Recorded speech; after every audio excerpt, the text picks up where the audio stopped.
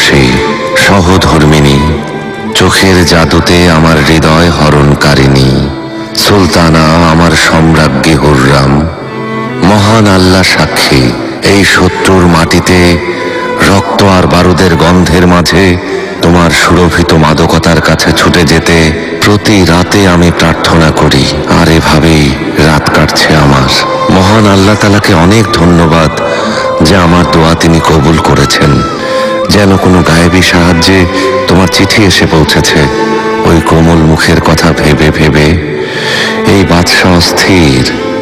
যদি সম্ভব হতো ফরহাদ আর মজনুকে প্রশ্ন করতাম বিরহের সময় তাদের কেমন লাগতো, তারাও কি আমার মতো ব্যাকুল হয়ে প্রার্থনা করত? মহান আল্লাহর দয়ায় এখন এই বিচ্ছেদের বিরহ ছাড়া আমার মনে আর কোনো যন্ত্রণা, কোনো অস্থিরতা নেই। মীর মেহমেদ খানের, সেলিম খানের বিদেহী আত্মার আশীর্বাদ, তোমাদের দোয়ার পাশে থাকা আমাকে সাহস জুগিয়েছে। আমার বাইজিদ, আমার জাহাঙ্গীর আর আমার মিহরিমার শুভ কামনা পেয়ে কতটা খুশি হয়েছি তা ভাষায় প্রকাশ করা যাবে না।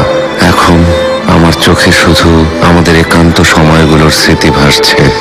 হে আমার হৃদয়ের রানী, সোনালী পরী, সমুদ্রের নীল ঢেউয়ের মতো বিদ্রোহী ভালোবাসা, প্রেয়সী সুলতানা, আমার সম্রাজ্ঞী হুররাম, এই মুহিব্বি ভালোবাসার মরণ ব্যাধিতে ভুগছে।